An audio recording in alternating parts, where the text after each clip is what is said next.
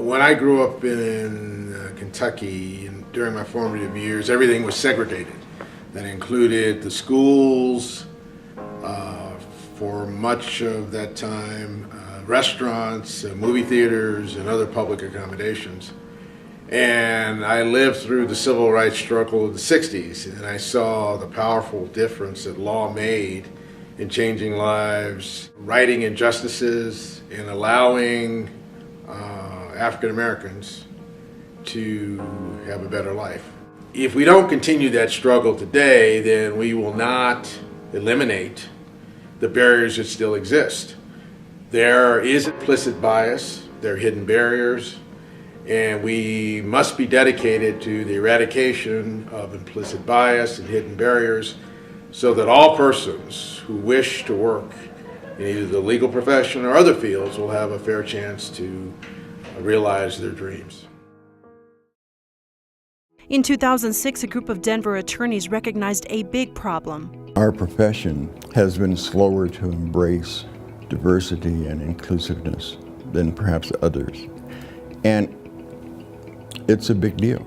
There were a number of attorneys in the community who got together and started talking about why we weren't taking more action regarding how to address the lack of diversity and inclusiveness in the legal profession. Talk led to action. 23 law firms in Denver signed the Colorado Pledge to Diversity. Through that pledge, they at least acknowledged that they recognized that in their firms there was such a paucity of diversity, and they recognized that actually greater diversity would help them better serve their clients.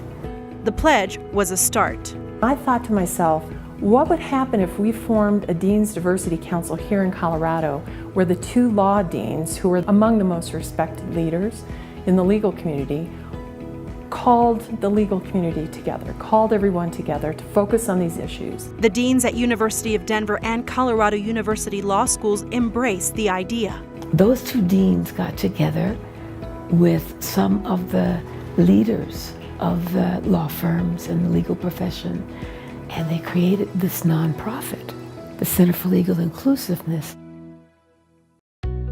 The Center for Legal Inclusiveness is a nonprofit based in Denver, and we work to make the legal profession more diverse and inclusive. And we do that by working with legal employers, so law firms, in-house departments of corporations, government agencies, even other nonprofits. Law is the least diverse profession. For starters, 85% of lawyers are white. Compare that to some other careers. Further, racial and ethnic minorities are inadequately represented in leadership in the law profession. And the numbers go beyond ethnicity. For example, while 50% of law grads are women, only 21% are partners at large firms. And the LGBT and disabled communities are also poorly represented in law and leadership positions.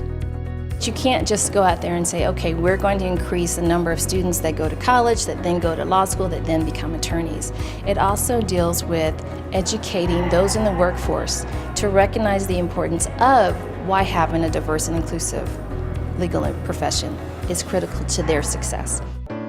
Creating a more diverse and inclusive legal profession requires deliberate efforts, and CLI uses a three-pronged approach. First, pipeline, reaching students in high school, college, and law school through a variety of programs. Second, recruitment, making connections through career fairs, networking events, and relationships. Third, retention and advancement, educating through a variety of programs, training sessions, and legal summits. If we are able to get more legal employers like law firms, government agencies, in-house counsel, to focus on becoming actually more diverse and inclusive, open to different ideas and attorneys from various communities, and compensate them on an equal or fair basis, then I think you'll see a more diverse legal profession, which then would result in a more fair and just legal system. Having certain numbers of people of color or women is fine, it's a beginning, but unless you can make them feel that they are completely at home at a law firm and that they have ownership of their career within the law firm, then you're unlikely to retain them. When I was in Philadelphia recently, I participated in a panel of lawyers on diversity and inclusiveness efforts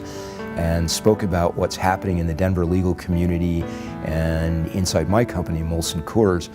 And afterwards, a lot of lawyers from around the country approached me, just absolutely amazed at what we're doing in Denver. And that's as a result, I think, of the work done by CLI and the openness with which the Colorado legal community has embraced the efforts and has essentially walked the talk. I can't even believe it's been 10 years since that small group of people were meeting to try to give birth to this initiative. But I'm really proud of how far we've come, but no one should be kidding themselves about how much work is left to do. Erin Reeves, a consultant for CLI, challenges CLI to go a step further and in a new direction in the future. A lot of times when we talk about inclusion, it's a lot of nice language. It feels really good. But does that feel good actually accomplish anything? Can we forego consensus and actually allow ideas that don't disagree with each other to sit next to each other and coexist? Sometimes we want to be the lubricant that makes everybody get along, but sometimes we want to be the sand, right, in someone's eye that just makes people keep blinking until they see it better. I am absolutely certain that the center is needed at this point in time and will probably have a role to play for the next several years as we look at the profession and encourage it to embrace inclusiveness and to become more diverse. CLI is building on its past efforts to effect positive change and is continuing to partner with our legal community's efforts to increase diversity and inclusiveness.